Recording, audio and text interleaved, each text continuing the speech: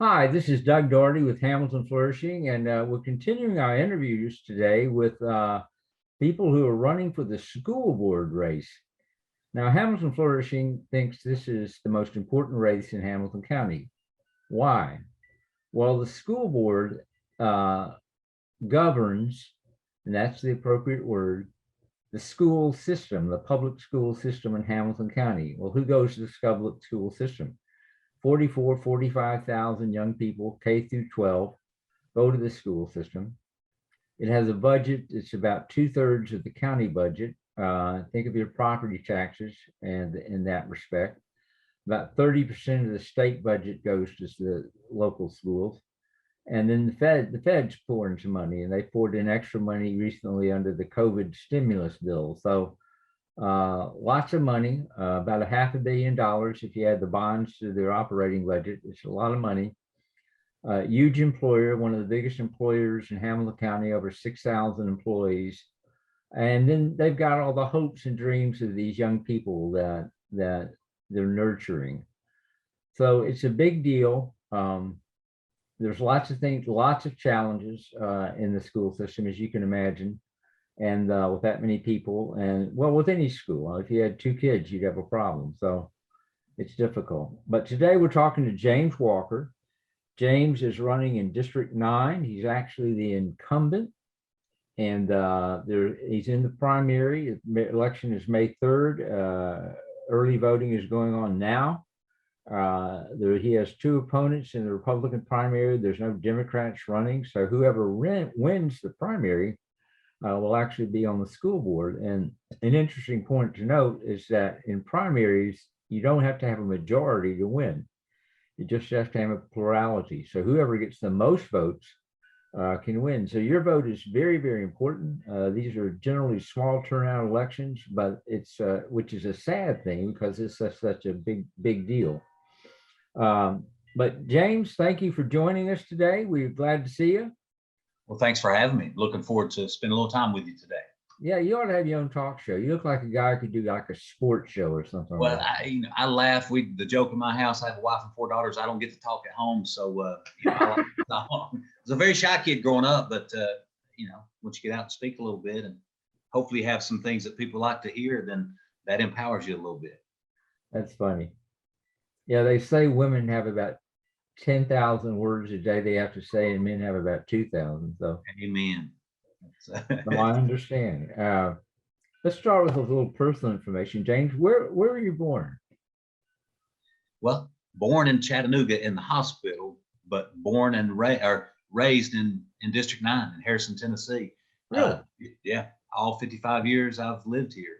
I say that I'm from one end of Harrison near the post office to the far end out here. The mailman says Birchwood now, but my home paperwork says Harrison. So been in District 9 for 55 years, 56 years coming up in August. So lifelong resident.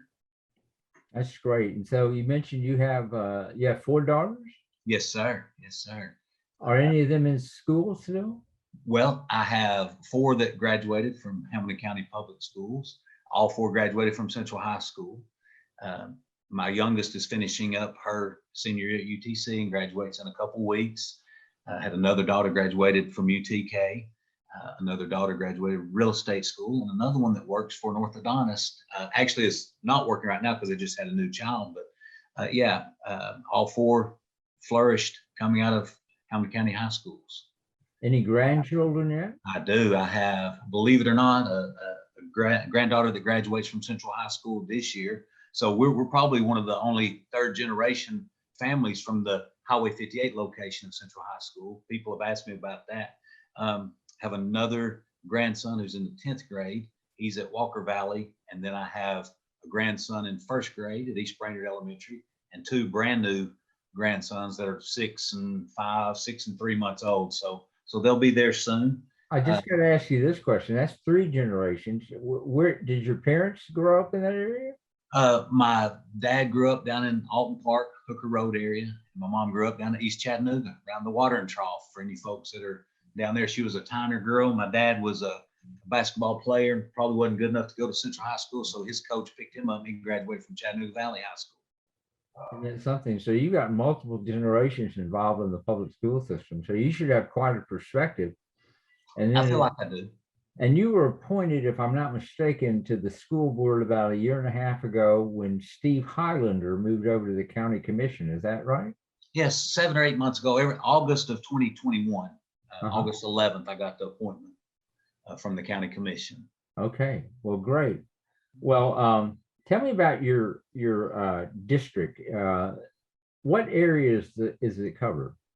Well, we're going to have some switches, obviously, with the new new District 10 coming up from us. So if you go to Highway 60 at the Meigs County, Bradley County line, and you start heading south, I've got everything on that side of the road going towards the river and towards Birchwood. Come all the way up till you get to the lake, and then we cut back through Hunter Road and Snow Hill Road. I still get confused on some of those areas up there, and goes all the way up Highway 58, almost to where the old Kmart is. And actually, I think it back in behind by the river, it still picks up some of those neighborhoods. So I still have to look at a map every time I look at it. But Harrison, Birchwood, Georgetown, parts of Georgetown, and a big part of Ottawa still will be in the new District 9. Okay, great. And what schools are those? And again, forgive me if I overlap one that's going to be 10, but it's going to be Central, Brown, Harrison, Snow Hill, the Harrison Bay Future Ready Institute. And then we come back down this way, and I lose one of them somewhere in there. Ottawa High School, we have Hunter Middle School and Wallace A. Smith. And then when you get down, when we looked at the map, Ottawa High School was still in District 9, and we felt like with the commissioners and the school board that we thought that District 10 deserved a high school in the community. So we kind of carved out Ottawa High School to be in the new District 10 as far as school board representation.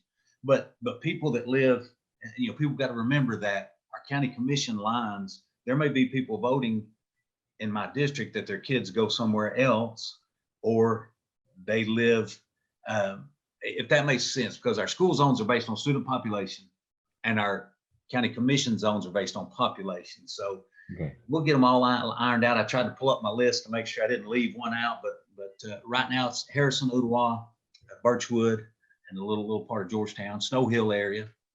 And I would tell people that are watching, if you'll Google Hamilton County Election Commission and you put your name and I believe it's your social security number in there. Last 4 digits. And it'll tell you exactly where you go vote. It'll tell you what district you're in. It'll tell you what Senate district you're in, what school district, what county commission district, what congressional district, what senatorial district, and all that stuff. So, I mean, it's a wonderful resource for this time of year. It is. It's perfect because we had some family members yesterday, a son-in-law. I'm like, well, because I guessed his school district wrong. He lives down in Murray Hills. And so I said, let's put your information in here and show you your ballot over there. So it is confusing, but the Hamilton County Election Commission has done everything in their best. I don't even know how the county commission got this put together and the election commission got put together, but they did a heck of a job on getting it out there. And then, like you say, it's a great tool. Enter your last 4 digits, your last name, and your birth date, and you'll find out where you go vote and who you're voting for. Yeah, it's a great resource, and that's the Hamilton County Election Commission. Well, James, let me jump into the questions. We've asked the same questions to a whole bunch of candidates. We hope to get them all. Some of them are being reluctant, but most of the folks are, by far, almost all of them are cooperating. Why are you qualified to serve on the first question? Why are you qualified to serve on the Hamilton County School Board? Well, I think, we've had some forums of folks that talk about, well, I'm not a lifelong resident or this or that when they're talking about that. I think that is so hugely important to have some skin in the game, so to speak. I've always been kind of outspoken, and I've always not been afraid to go ask questions and see how we can get some answers and some results community-wide. And schools have always been something that's on my heart because the Hamilton County schools changed my life while I was there. So I think that I've been a voice of the community, and I think that is a community seat. I've said it all the time. I wish that my nameplate just said District 9 voice, because it's not about James Walker. This is a community vote, a community seat. If they feel like I can speak up for them, then I am honored to do that. So I'm qualified because I'm not afraid to speak up and ask the questions and find out some things and work with community members together. So you're not afraid of the tough questions?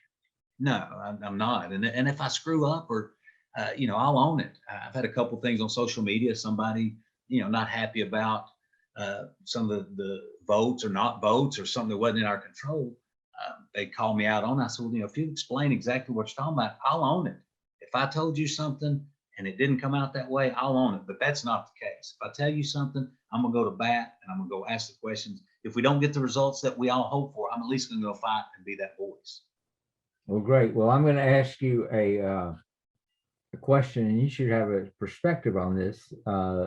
What do you think are we're going to talk about two things, kind of the small level, ground level, District 9 level, which is very important. Those are your constituents, but you also are, as part of the board, your responsibility is the whole county, not just District 9. So you have kind of two things you have to do.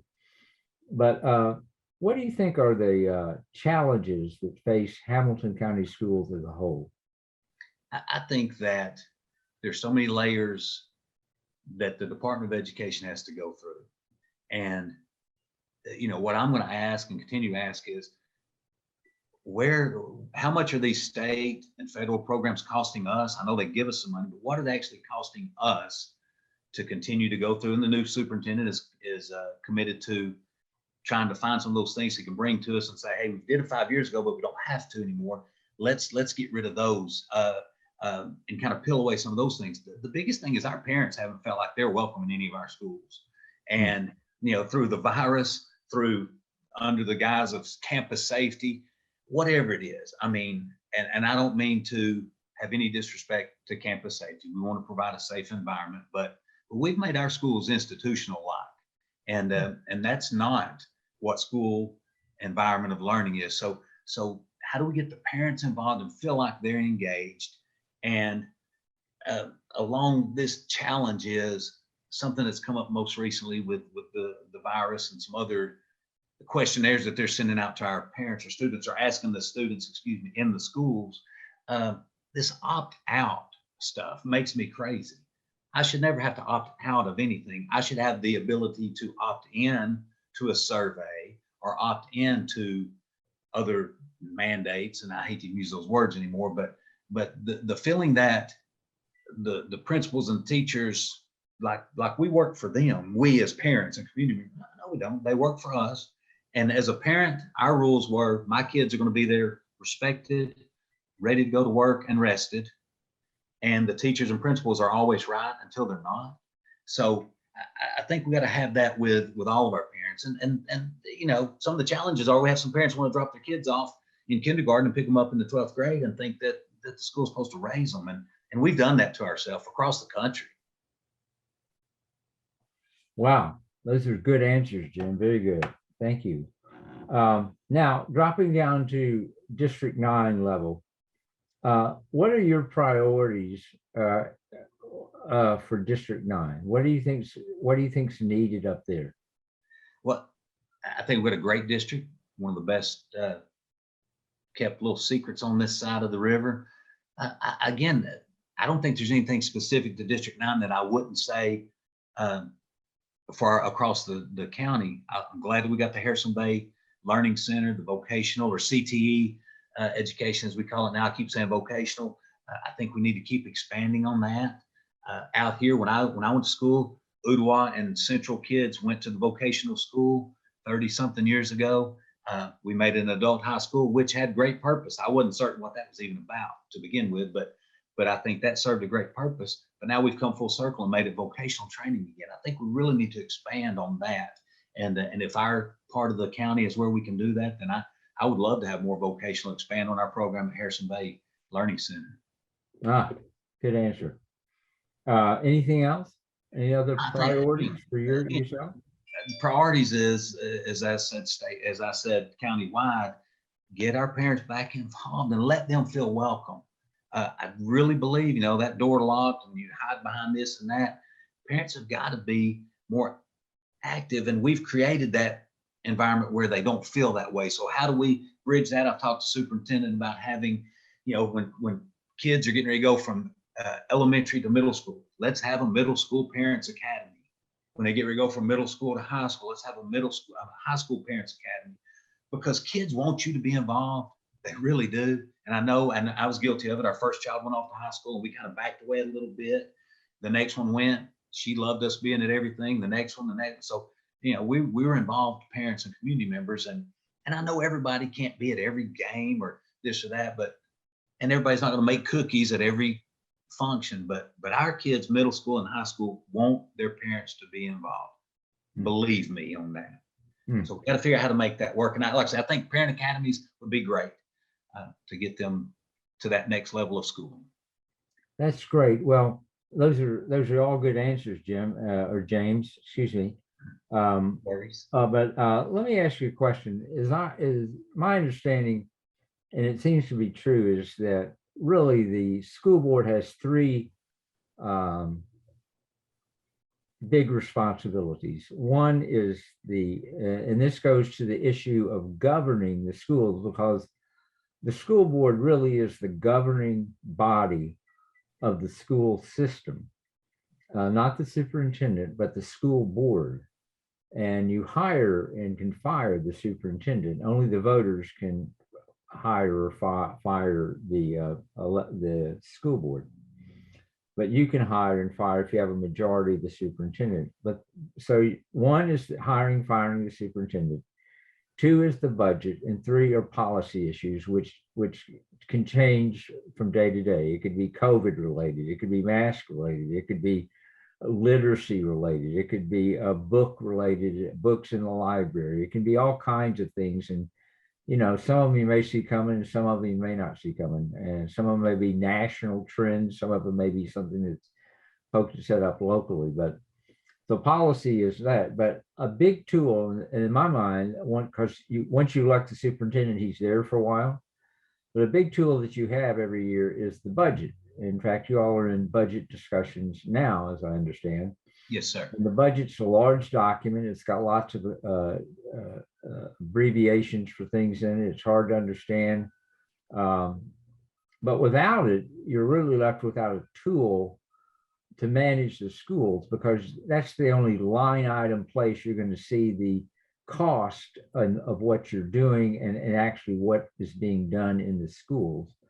So it's a big deal that the budget. It's a big management tool. I've always believed that boards need to have at least one budget hawk on them who really knows and is familiar with the budget and can. Everyone should be, but some people just aren't. But have you studied the budget for both operational and capital? I have not studied. We've had individual board meetings with our chief financial officer, superintendent, and deputy director, I think is our other title in there, to go over just the 35,000 foot level, so to speak. We're having a budget meeting this evening. Will be our first one as the whole board. And as I'm still learning my way around through some of those parts, I look forward to diving into that and find out where we can go and change. What I've asked them to do is show me where we've cut some of the unnecessary and where we're able to invest in our classroom teachers. I know that's a very short, sweet answer, but that's what I need to hear. That's what they need to show me. We've already said it's a balanced budget. They're not going to go back to the county and ask for any more money this year. And I don't want to do that under the guise of this school board member Walker said he'd like more money for teachers, so we need to raise taxes. I don't want them to do that way. I want them to cut some of the fat and the duplication of some services and things. And I've got to be able to, once it's set in there, before we go to vote, I will dig down. I will ask for some help from community members to help us look and go through those lines and talk about it. I don't want to overlook something. None of us will be perfect, but I'm committed to using that money wisely. Well, one of the things that the people may not understand is that the school board does not get to pass the budget. They get to vote on the budget and they get to agree on the budget. But then the superintendent presents it to the county commission, to the county mayor, and the county mayor presents it to the county commission, and the county commission is the one who actually approves the budget. And they can only vote it up or down. They can't go through it and do line by line. They can just say yes or no. If they don't like it, then it goes back to you guys, and you guys have to work through it again and come up with a solution. At least that's the way it works. Correct. Complex, but that is the way the government is set up in our state and in our county. So last question, James. Will you support, you've already said you wouldn't, but I just will ask it. So you're saying you wouldn't support a tax increase for Hamilton County schools this coming year? No, sir. No, sir. I think that we need to know that we get enough money, and we need to, like I said, I need to see that concerted effort where we have cut some useless things. And I need to find out, like I say, what some of these programs cost us. When we say state says we have to do it, or the federal government says we have to do it, I got to figure out which way we can help lighten that load. The layers and layers, I sometimes have made the statement, said the schools have failed our kids. And I think that's a very tough way to say it. And I shouldn't say it that way. We've layered so much stuff on our administrators and central office staff that they're smothering in all this stuff, that they feel like before I cross the street, am I supposed to go left, right, or do I look left, right? I mean, it's so just, it's ridiculous. I am stunned. I knew there were some things because I've always been involved in the community and paid attention. Never knew the level of layers. When I got appointed, I said anything that I vote on will be, number one, how does it affect the student's education? Number two, did the parents have a say? And number three, I don't want any more layers on principals, teachers, anybody in the school system. I am blown away by the layers and levels, and we can't do this, we can't do that. And I'll have teachers call and say, well, I'd rather it just be me and you talking, which it always will, short of they're going to hurt somebody, hurt yourself, or they broke a law. The last administration, teachers didn't want to say anything. And I know that's going farther than what maybe you asked me there, but what a lot of people don't understand is if Doug and James come up with a new plan that costs $5 million, and we say it's great for all our schools, and we add that $5 million to the budget, and then that we ask from the county commission, and then next year we say, hey, that's in the group now, we don't need any more money. The county can't take that $5 million and not give it to us next year. The county has to give, they cannot give 1 penny less each year than they did the year prior. So whatever they gave us last year, they have to give it to us. So that bears repeating. Most people do not know this, that by law, you can't reduce the school budget from year to year. Yeah. And it's Is that not accurate? Absolutely accurate. Can't give 1 penny less. So I want them to be, them being central office, spend the money where we need to spend the money. And I think that if you can cut some things, and again, I'm committed to digging down in, and I can't just come on here and say, cut some things. I'm committed to going and looking and seeing what those things are and come back to you and say, here's A, B, and C where I think we need to cut. But and then put that money in our classroom teachers. We had the opportunity to do a $500 bonus for inflation, gas, and all this stuff when it came up. And that sounds great. Give the teachers $500. That sounds great right before spring break. I've got a son-in-law. $500 would have been fun for them on spring break. But when we approach it and say it's teachers, and then we pull it and never vote on it, it's about $3 million, because if we vote to give it to the math teacher in 5th grade, we also have to give it to the superintendent and all the staff and all the Department of Education employees. So, you know, some people like to get out there and say, well, they did it for the teachers, or they didn't do it for the teachers. What people don't understand is a $500 bonus means across the board to all of those employees. And it came up to almost $3 million. I can't in good conscience vote for that. So we pulled it off and never went to vote after we discussed it a little bit. And there's got to be a better way. And I think long-term good raises, good incentives for our classroom teachers is number one priority in this budget. Well, great answer, James. This has been a delightful interview. I've enjoyed chatting with you. Tell folks who are watching, they may want to help you out in your campaign. They may want to vote for you. They may want to ask you questions. What's the best way for them to reach out to you? I am a telephone call kind of guy, but we do have James Walker for School Board District 9 on Facebook. James B. Walker is my regular Facebook page. B as in boy. And then my cell phone number is 423-827-5575. And that's posted on the Hamilton County website. My Hamilton County email is on the hcd.org website. But I'm a phone call kind of person. I enjoy talking because I hear people get really passionate in their voice, and then they'll apologize for talking to me that way. And I'm like, no, you're passionate about your child. You're passionate about this community. And that's the knock on me sometimes. I get passionate, get a little hot-headed, but I'm always going to be me, Doug, and that's what I'm going to do. And I'm always going to be Give us, because you want to talk to so many people and we don't have party lines anymore. Tell us your phone number one more time. 423-827-5575. Great. Well, James Walker, running in District 9 School Board, he's the incumbent in District, I don't know but you're the incumbent, and you'll be running in District 9. There's 3 Republicans running, no Democrats. So the May 3rd election will determine who will be the next school board member for District 9. I'll tell you, and I apologize for interrupting. I just, the Democratic Party, no knock on them, we're all good, but they swore they would get somebody in every district. And I'm honored that they didn't have anybody that wanted to step up and run in our district. And again, I have friends that are in that party, and it's not those things. But when the governor said we were going to make them bipartisan and let the local bodies decide, I was the only one on the school board that said, I said 20 years ago, no, they shouldn't be partisan seats.